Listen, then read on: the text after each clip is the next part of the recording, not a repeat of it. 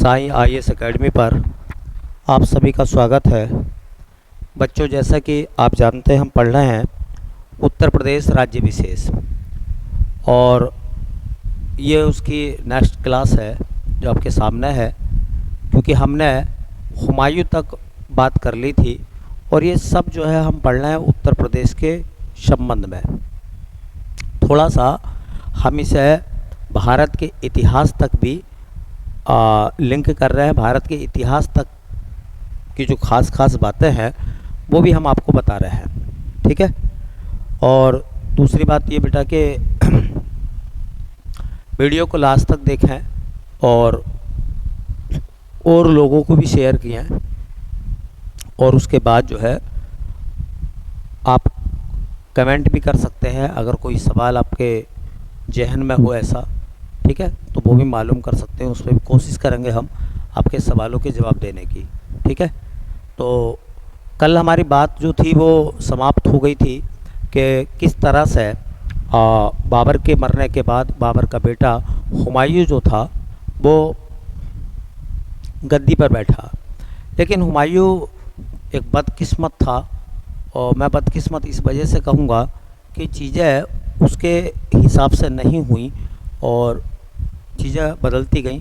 थोड़ी उसने गलतियां भी करी, कुछ किस्मत का भी उसके साथ साथ बेहतर नहीं रहा, जिसकी वजह से हुमायूं जो था वो अपने जीवन को गिरता पड़ता वो चलाता रहा, और अंततः उसकी डेथ भी उसी प्रकार से हुई। तो हमने बात करी थी चौसा के युद्ध तक की। फिर बिलग्राम का युद्ध हो गया था 1540 में, और उस युद्ध को सिकंदर शेरशाह सूरी ने जीत लिया। और शेरशाह सूरी जो है 1540 से लेकर 1545 तक राजा रहा। सूरवंश जो है लगभग कह सकते हैं कि 15 साल तक सूरवंश ने काम करा, ठीक है। तो आज हम देखेंगे सूरवंश, और सूरवंश में भी शेरशाह सूरी, ठीक है। क्या करेंगे नाम? शेरशाह सूरी। तो बेटा हमारा जो हेडिंग है वो है शेरशाह सूरी। शेरशाह सूरी। और शेरशाह सूरी जिस वंश का था, जो उसने राजवंश चलाया, उस वंश का नाम था सूरवंश। तो अगर हम इसके वंश की बात करें तो इसका वंश मतलब खानदान रहा सूरवंश। इसके वंश का नाम था बेटा सूरवंश। सूरवंश में शेरशाह सूरी है, उसका बेटा इस्लाम शाह है, और बाद में सिकंदर सूर है, जिसकी मैंने बात बताई थी आपको, सरहिंद के युद्ध में जो मारा गया था। और उसके बाद हुमायूं दोबारा से राजा बना, कहाँ का? आगरा का, ठीक है। पहले बात बताते हैं आपको शेरशाह सूरी की। काबिलियत हो, हुनर हो तो कदरदान बहुत होते हैं। अगर काबिलियत नहीं है या हुनर नहीं है तो आपकी मेरी किसी की भी कदर करने वाला कोई नहीं होगा, ठीक है। ऐसी ही कहानी जुड़ी हुई है शेरशाह सूरी से। देखो, शेरशाह सूरी का जो जन्म हुआ था, शेरशाह सूरी का जो जन्म हुआ था वो हुआ था बेटा 1472 ईस्वी में। और शेरशाह सूरी का जन्म हुआ कहाँ था? तो बजवाड़ा में हुआ था। बजवाड़ा, या बजवाड़ा ना मिले तो होशियारपुर, होशियारपुर, बजवाड़ा या होशियारपुर, और ये पड़ता पंजाब में। तो पंजाब या पंजाब के होशियारपुर या बजवाड़ा में जो है जन्म हुआ था शेरशाह सूरी का। उसके जो पिता थे, उसके जो पिताजी थे, उनका नाम था हसन खां। नाम क्या था? हसन खां। और जो हसन खां थे वो बिहार में एक जगह पड़ती है सासाराम, सासाराम के जमींदार थे। सासाराम के जमींदार। तो उसके पिता के पास जमींदारा था सासाराम में। शेरशाह सूरी का जो बचपन का नाम था, बचपन का जो नाम था शेरशाह सूरी के बचपन का नाम तो वो था फरीद। कहीं कहीं फरीद खां और कहीं कहीं फरीद मिलता है, तो बात बेटा एक ही है, फरीद खां कह दो या फरीद कह दो। उसके बचपन का नाम फरीद था, उसके पिता ने उसको पढ़ाया था, तो उसकी जो शिक्षा हुई थी वो शिक्षा उसकी हुई थी भारत के सिराज में, या पूर्व का सिराज जिसको कहा जाता है जौनपुर। तो उसकी पढ़ाई लिखाई जो हुई थी वो जौनपुर में हुई थी। इसका मतलब जो फरीद है या जो शेरशाह सूरी है वो अनपढ़ नहीं है, वो पढ़ा लिखा है, हुनरदार है। मतलब अब क्या होता है कि शेरशाह सूरी जो है उसकी माँ की डेथ हो जाती है और उसके पिता दूसरी शादी कर लेते हैं। तो दूसरी शादी कर लेते हैं तो उसकी सौतेली माँ है और एक सौतेला भाई है सुलेमान। आखिरकार परिवार में सगे और सौतेले की लड़ाइयाँ शुरू हो जाती हैं और वो अपनी सौतेली माँ और शेरशाह सूरी के बीच में जो व्यवहार है वो बेहतर नहीं हो पाता, जिसकी वजह से वो एक दिन घर छोड़ देता है और घर छोड़ के वो चला जाता है बिहार के एक राजा के पास जिसका नाम है मोहम्मद शाह नूहानी या बहार खां नूहानी, और उसके यहाँ जाकर वो नौकरी करता है। तो सवाल ये है कि शेरशाह सूरी ने नौकरी करी, नौकरी की किसके यहाँ नौकरी की? तो नौकरी की थी भैया बहार खां नूहानी या मोहम्मद शाह नूहानी, मोहम्मद शाह नूहानी या उसका नाम कह सकते हैं बहार खां नूहानी, इसके यहाँ नौकरी करी। अच्छा, ये कहाँ का राजा था? ये बिहार का शासक था उस समय। कहाँ का? बिहार का शासक। कौन? बहार खां नूहानी। 1494 में जन्म हुआ था बाबर का और इसका जन्म हुआ है 1472 में। तो ये उम्र में बाबर से भी बड़ा था। कौन? शेरशाह सूरी। बाबर से बड़ा था उम्र में, तो हुमायूं से तो बहुत बड़ा हो गया। ठीक है, ये बात भी थोड़ी सी आपको ध्यान में रखनी होगी। ठीक, अब इसने जब नौकरी करी तो एक कहानी आपने भी सुनी होगी कि ये शिकार खेलने के लिए जाते हैं बहार खां नूहानी और साथ में लेकर जाते हैं फरीद खां को। एक शेर जो है वो बहार खां नूहानी पर हमला कर देता है और उसी समय जो नौजवान है फरीद खां वो तलवार निकालता म्यान से और एक तलवार मार के उस शेर की हत्या कर देता, मतलब शेर को मार देता वो। कौन? फरीद खां। अब इससे क्या होता बेटा? इससे ये जो राजा है बहार खां नूहानी ये बहुत प्रभावित होता। ये उसे शाबाशी देता है और एक उपाधि देता है शेर खां की। तो बताइए फरीद खां को शेर खां की उपाधि किसने दी? है ना? तो इसने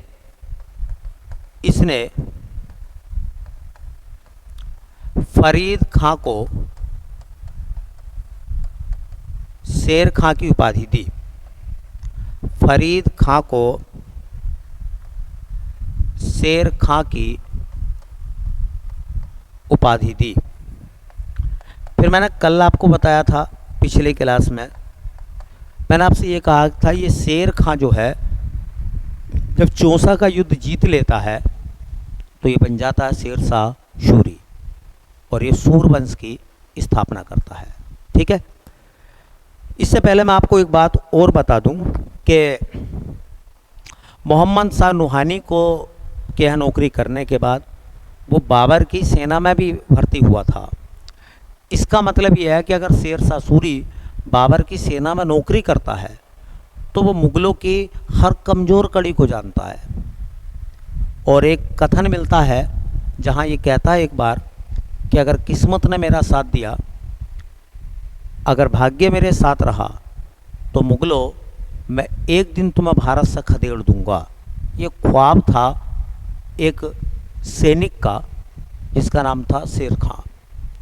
शेर खां मुग़लों के यहाँ भी नौकरी करता है, बिहार के राजा के यहाँ भी नौकरी करता है, लेकिन उसकी जो लालसा है, उसकी जो उड़ान है वो कुछ और है। नौकर बन के नहीं रहना चाहता, वो किंग बनना चाहता, वो राजा बनना चाहता, ये उसका ख्वाब है। नौकरी छोड़ देता है और नौकरी छोड़ने के बाद में चुनार की एक रानी थी जिसका नाम था मल्लिका, लाड मल्लिका या मल्लिका। उससे वो शादी करता है, मतलब उसे प्रेम जाल में फंसाता है। उसके बाद वो उससे शादी करता है और वहाँ से उसको बहुत अपार धन मिलता है। चुनार के किले से उसको क्या मिलता है? अपार धन मिलता है। किसको? शेर खां को। तो 1530 में क्या होता है, कल भी मैंने बात बताई थी कि 1530 में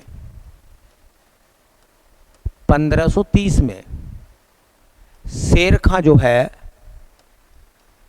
शेर खां चुनार की रानी मल्लिका, अगर मल्लिका ना हो बेटा नाम, तो लाड मल्लिका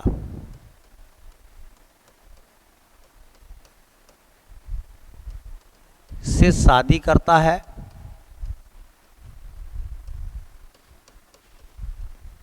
और अपार धन की प्राप्ति उसे होती है। शादी करता है, चूंकि ये विधवा थी, शादी करता है और अपार धन प्राप्त करता है। अपार धन प्राप्त करता है।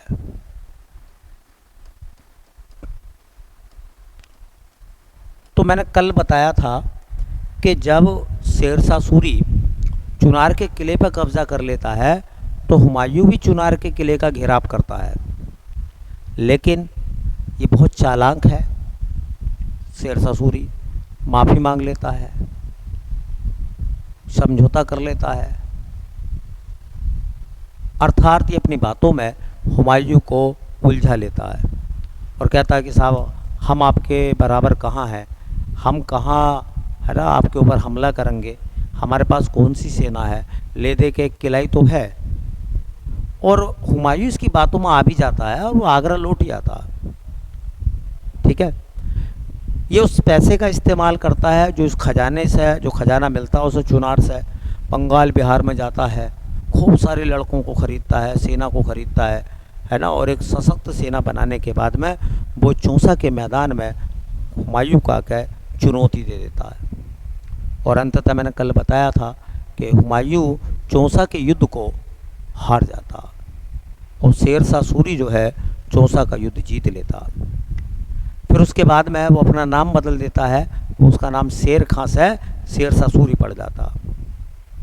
और इस तरीके से 1540 में बेलग्राम कन्नौज का युद्ध जीतने के बाद में वो आगरा का राजा बनता है। किसका? आगरा का राजा। तो ये बाकी बातें कल हो गई थी, इसलिए बार बार नहीं दोहरा रहे हैं उन बातों को, कल वाले क्लास में आप देख लीजिएगा। ठीक है, तो 1540 में क्या होता है, 1540 में ये आगरा का राजा बनता है। आगरा का राजा मतलब इसकी राजधानी जो थी वो आगरा थी। यह आगरा को राजधानी बना लेता है 1540 में और खदेड़ देता मुग़लों को, और इसका वो ख्वाब पूरा हो जाता है जो इसने पहले कभी बाबर की सेना में रहते हुए देखा था कि मुग़लों, अगर एक दिन मेरा वश चला और भाग्य ने मेरा साथ दिया तो मैं तुम्हें भारत से खदेड़ दूंगा। हसर वही हुआ, हुमायूं को भारत से खदेड़ दिया, वो फारस चला गया था। ठीक है, वो फारस चला गया था। और इस तरीके से हुमायूं जो है, शेरशाह सूरी जो है, वो आगरा का राजा बना। अब इसमें क्या है कि ये जो है शेरशाह सूरी, यह अफ़गानी है और इब्राहिम लोदी भी कौन था? अफ़गानी था। ठीक है, अफ़गानी। और ये कौन थे? ये तुर्क थे, तुर्की से आए थे, तुर्क के क्षेत्र से आए थे, मुग़ल जो थे। ठीक है, तो अब सवाल एक उठता है यहाँ पर कि भारत में प्रथम अफ़गान सत्ता का संस्थापक वो तो था बहलोल लोदी, और भारत में द्वितीय अफगान सत्ता का संस्थापक वो कौन था? वो था शेरशाह सूरी। तो ये बातें दोनों नोट करने की है, एग्जामिनर इन सवालों को मालूम करता है। भारत में प्रथम अफगान सत्ता का संस्थापक, प्रथम अफगान सत्ता का संस्थापक अगर ये पूछा जाएगा तो आंसर आएगा बेटा बहलोल लोदी। क्या आंसर आएगा?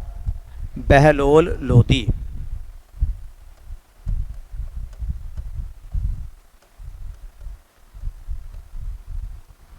और सवाल अगर ये पूछा जाए कि भारत में द्वितीय अफगान सत्ता का संस्थापक, भारत में द्वितीय अफगान सत्ता का संस्थापक,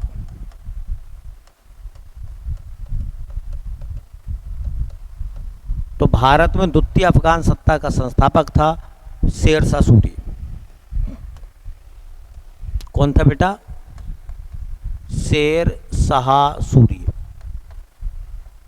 भारत में द्वितीय अफगान सत्ता का संस्थापक कौन था? शेरशाह सूरी। दोनों सवाल बहुत अच्छे हैं, एग्जामिनर ऐसे सवालों को ही शामिल करता पेपर में। अब क्या होता कि वो राजा बन गया 1540 में, और राजा बनने के बाद उसने अपने शासन को चलाना शुरू कर दिया। अब चूंकि मुगल तो भाग चुके थे तो उसके सामने कोई ज़्यादा बड़ी चुनौती भी नहीं थी, और जब उसके सामने बेटा कोई ज़्यादा बड़ी चुनौती नहीं थी तो उसने क्या क्या काम करे। देखिए उसने कौन कौन सी मुद्रा चलाई। शेरशाह सूरी के ज़माने में चलने वाली मुद्राएं, एक थी असरफी। क्या थी? असरफी। असरफी किस चीज़ की मुद्रा थी? सोना। याद रखना पेपर में आ जाएगा सवाल ये। और उसका वजन कितना होता था? 167 ग्रेन। एक ग्रेन जो होता है ना वो लगभग 64 मिलीग्राम के होता है। 64 मिलीग्राम का एक ग्रेन होता है। ठीक है। उसने दूसरी मुद्रा चलाई थी रुपया। रुपया किस चीज़ का था? चांदी। तो चांदी का रुपया किसने चलाया था? शेरशाह सूरी ने। वो था 178 ग्रेन का, और एक ग्रेन मैं बता रही हूँ बार बार, एक 64 मिलीग्राम के बराबर होता है। और ये जो रुपया आना, ये रुपया जो है ये भारतीय मुद्रा प्रणाली का आधार है। आज भी भारतीय मुद्रा प्रणाली का आधार किसे माना जाता है? ये सवाल कई बार एग्जाम में पूछा गया है। भारतीय मुद्रा प्रणाली का आधार है, क्या है आधार भैया? है ना, शेरशाह सूरी का रुपया। शेरशाह सूरी के रुपये को भारतीय मुद्रा का आधार माना जाता है। और उसने कौन सी करेंसी चलाई थी बेटा? और उसने चलाई थी दाम। ये दाम काय का था? ये दाम था तांबे का।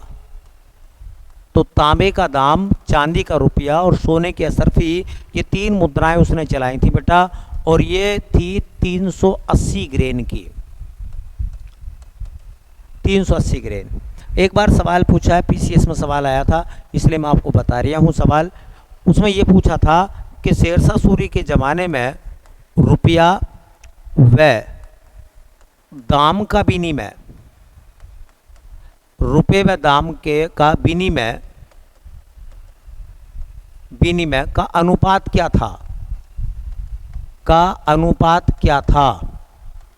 मतलब वो ये कहना चाह रहे हैं कि अगर देखो चांदी का रुपया जो था वो महंगा था, सोने की असरफी और भी महंगी थी, लेकिन तांबे का दाम सस्ता था। तो वो कह रहे हैं कि अगर तुम 1 रुपया किसी आदमी को दोगे तो वो तुम्हें कितने दाम देगा? 1 रुपया अगर तुम देते हो किसी आदमी को, 1 रुपया देते हो तो वो चेंज करके कितने दाम देगा? मतलब 1 रुपया कितने दाम के बराबर था, या कितने दामों में 1 रुपया बनता था?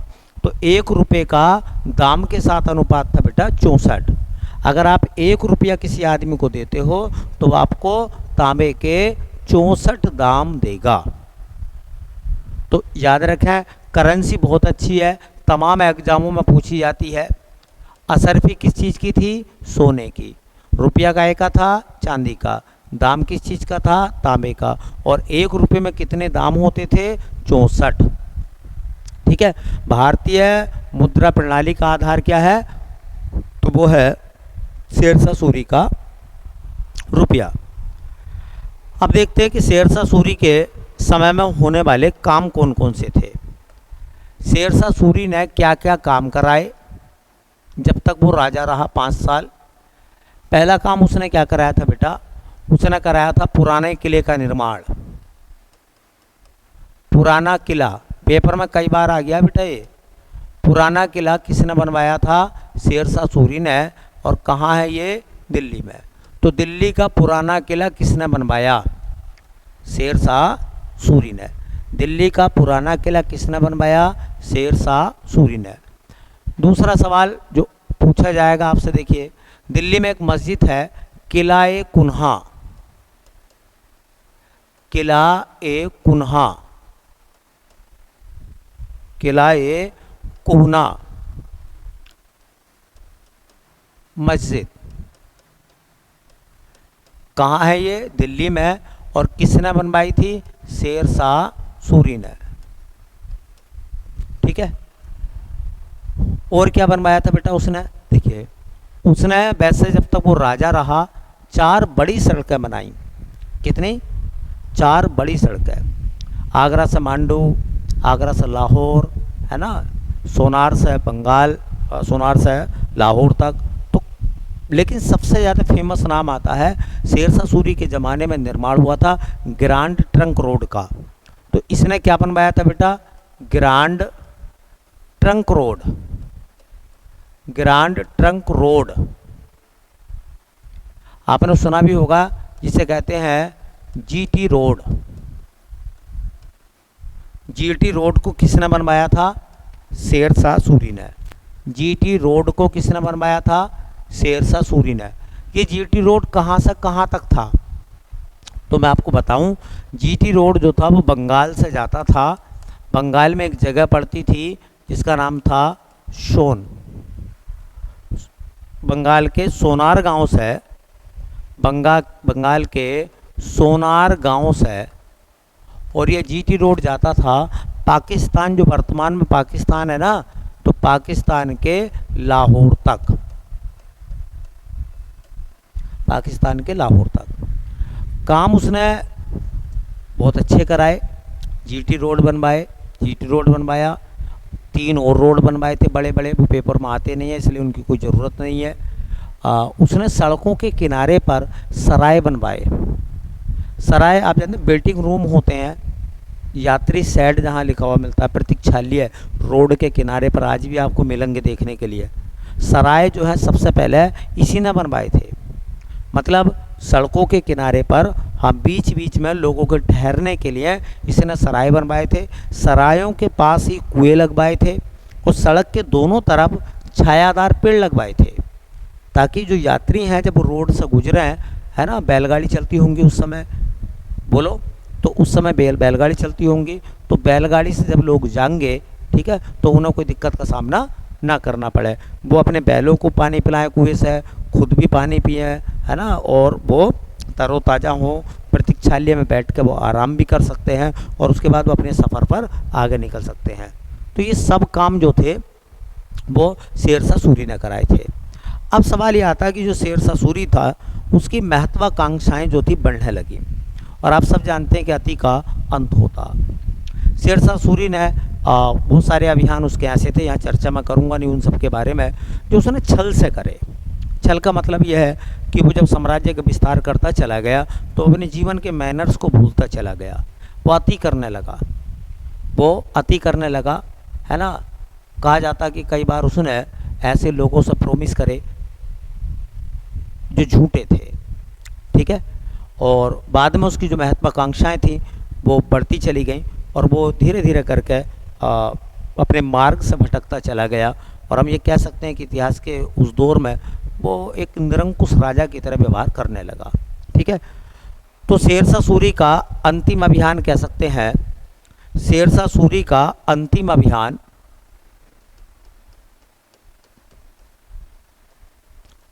शेरशाह सूरी का अंतिम अभियान जो था,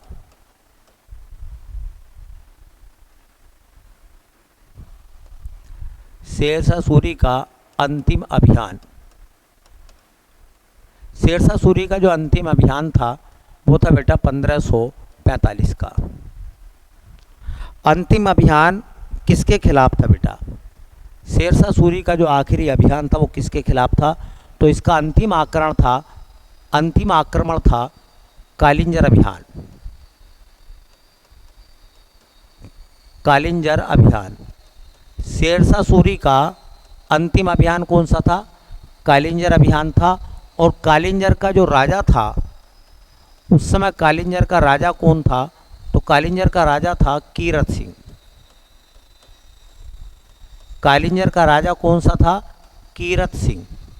अब क्या कहा गया कि जब ये बहुत बड़ी सेना लेकर पहुंचा तो किले के दरवाज़ों को कीरत सिंह के द्वारा बंद कर लिया गया।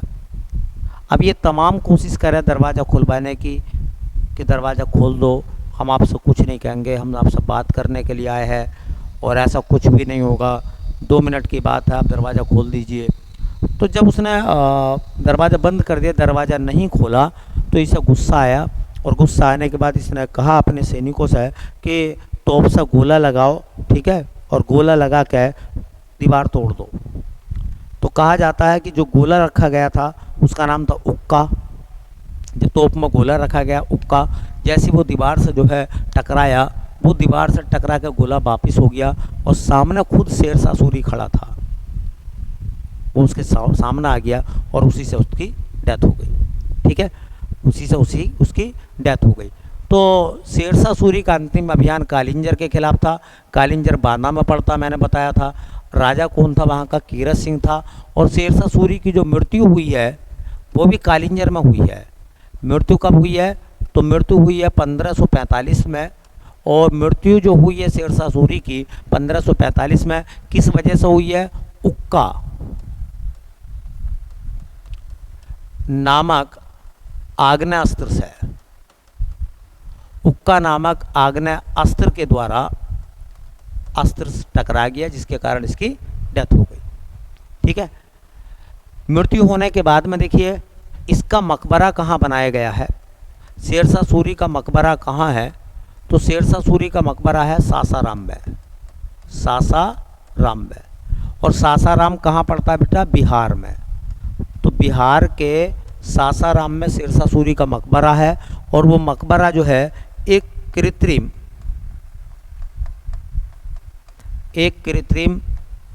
झील के बीच में है। तो किसका मकबरा एक कृत्रिम झील के बीच में है? तो वो है शेरशाह सूरी का मकबरा। शेरशाह सूरी का मकबरा कहाँ है? सासाराम में। ठीक है, शेरशाह सूरी के ज़माने में एक कवि हुआ करते थे, हिंदी के बहुत बड़े कवि हुए, उनका नाम था मलिक मोहम्मद जायसी। तो मैं इनकी बात भी थोड़ी सी बता दूं बेटा आपको। मलिक मोहम्मद जायसी, मलिक मोहम्मद जायसी, ये मलिक मोहम्मद जायसी, ये सवाल पेपर में पूछा गया है। ये मलिक मोहम्मद जायसी किसके समकालीन थे? किसके काल में थे ये? तो मलिक मोहम्मद जायसी किसके समकालीन थे? तो शेरशाह सूरी के। शेरशाह सूरी के। ठीक है, दूसरा सवाल, मलिक मोहम्मद जायसी कहाँ के थे? तो वो रहने वाले थे जायस के। और बेटा जायस कहाँ पड़ता है? तो अमेठी। और अमेठी कहाँ है? हमारे उत्तर प्रदेश में। तो उत्तर प्रदेश के अमेठी के रहने वाले थे मलिक मोहम्मद जायसी।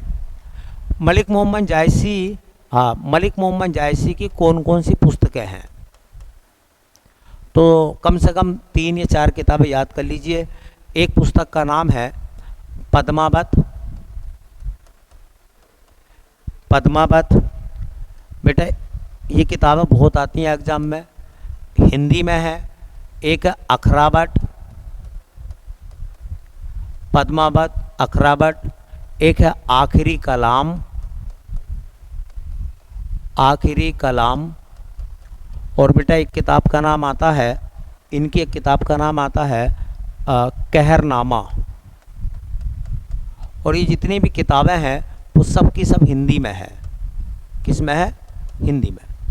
तो फारसी के बीच में हिंदी का एकमात्र कवि, जब फारसी का बोलबाला था भारत में, उस समय हिंदी का एकमात्र कवि कौन था? मलिक मोहम्मद जायसी। और वो किसके समकालीन था? शेरशाह सूरी के। ठीक है, जायस अमेठी के रहने वाले थे। पद्मावत, अखरावट, आखिरी कलाम और कहरनामा को उन्होंने लिखा है। अब जो शेरशाह सूरी है, मैंने बताया ना, जो शेरशाह सूरी है बेटा, शेरशाह सूरी का जो बेटा होता है, इसका जो पुत्र इसके मरने के बाद में राजा बनता है, उसका नाम है इस्लाम शाह। क्या नाम है? इस्लाम शाह। बड़ा कड़क आदमी है ये। कहते हैं कि लोग जो हैं वो इस्लाम शाह का सम्मान तो करते ही थे, इस्लाम शाह के जूतों का सम्मान भी करते थे। बहुत तेज आदमी, गुस्से वाला आदमी इस्लाम शाह। इस्लाम शाह के ज़माने की एक ख़ास बात मैं बता दूं कि इसने नाप और तोल के लिए एक व्यक्ति को अपने यहाँ रखा था जिसका नाम था हेमू। तो इसके समय में जो बाद में चल के इसका प्रधानमंत्री बना, उसका नाम था हेमू। और हेमू कहाँ का रहने वाला था? वो रेवाड़ी का बनिया था। कौन था? रेवाड़ी का बनिया था हेमू। बस इतनी बात याद रखो। मैं हेमू की जब कहानी बताऊंगा तो यही सब चीज़ों को जोड़ूंगा। ठीक है। इसके बाद में सिकंदर सूर हुआ, और सिकंदर सूर को सरहिंद के युद्ध में हरा दिया किसने? बैरम खां और हुमायूं ने। और इस तरीके से सूर वंश का पतन हो गया 1555 में चल के। ठीक है, 1555 में चल के सूर वंश जो था वो ख़त्म हो गया, और फिर दोबारा से मुग़ल सत्ता में वापस आ गए। मुग़लों का दोबारा से भारत पर राज हो गया। ठीक है, तो हमने अपनी कल जो कहानी रोकी थी हुमायूं को हमने दोबारा से राजा बनाया था, और उसके बाद हुमायूं जो है सीढ़ियों से गिर कर मर गया था। तो उसके बाद कहानी को कल जोड़ेंगे। कहाँ से? अकबर से। बस ये अकबर हो जाएगा, और उसके बाद में जहांगीर को थोड़ा बहुत पढ़ेंगे, शाहजहां, औरंगजेब को पढ़ेंगे, और फिर उसके बाद में मॉडर्न हिस्ट्री में चलेंगे उत्तर प्रदेश की। ठीक है, तो ये सभी सवाल चूँकि काम के एग्जाम में पूछे जाते हैं, तो मोटी मोटी जानकारी तो मैंने बताई है आपको, डिटेल में तो मैंने आपको चीज़ें बताई नहीं है। तो मोटी मोटी जानकारियाँ, कम से कम इतना पता तो आपको होना चाहिए, चाहे आप क्लर्क की तैयारी करें, स्टेनो की तैयारी करें, या किसी भी एग्ज़ाम की तैयारी करें, मोटी बातें तो आपको पता होनी चाहिए। ठीक है, तो बेटा उम्मीद करते हैं ये चीज़ आपको पसंद आई होगी, समझ में आई होगी। आप अपने नोट्स बनाइए, अपनी तैयारी को तेज़ कर दीजिए, अच्छे से चीज़ों को पढ़िए। ठीक, और अपने स्वास्थ्य का ख्याल रखिए। मिलते हैं फिर नेक्स्ट वीडियो में, तब तक के लिए आप सभी का बहुत बहुत धन्यवाद।